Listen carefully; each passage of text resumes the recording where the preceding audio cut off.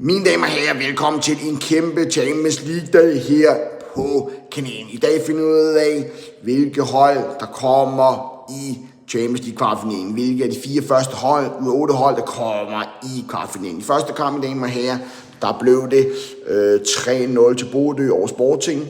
Så må ikke Bodø, de holdt den hjem til svært ud for Sporting, selvom de bliver hjemmebane. Så har vi Arsenal mod Bayer og Leverkusen, mine damer her, hvor Juhlmann er træner, som blev et i de første kamp. Der forventer vi selvfølgelig, at Arsenal, de går videre til kvartfinalen. Og så i tredje kamp, der har vi Chelsea mod PSG, mine damer her, hvor PSG smadrer Chelsea tilbage til London med en 5-2 sejr. Så der forventer vi selvfølgelig også, at PSG går videre til kvartfinalen. Og så har vi de danske citizens, de forenede arabiske emirater, mod Real Madrid, hvor Real Madrid jo smadrede dem fuldstændig 3-0, hvad det er det hat-trick i første kamp, og der forventer vi selvfølgelig også, at Real Madrid går videre til kvartfinalen, mine damer og herrer. Så de 4 hold, der går videre til kvartfinalen, prediction herfra, der er det 1, Bodø går videre til kvartfinalen, 2, Arsenal går videre til kvartfinalen, 3, PSG går videre til kvartfinalen, og 4, Real Madrid går videre til kvartfinalen, mine damer og herrer. Kæmpe Champions League-dag her på kanalen.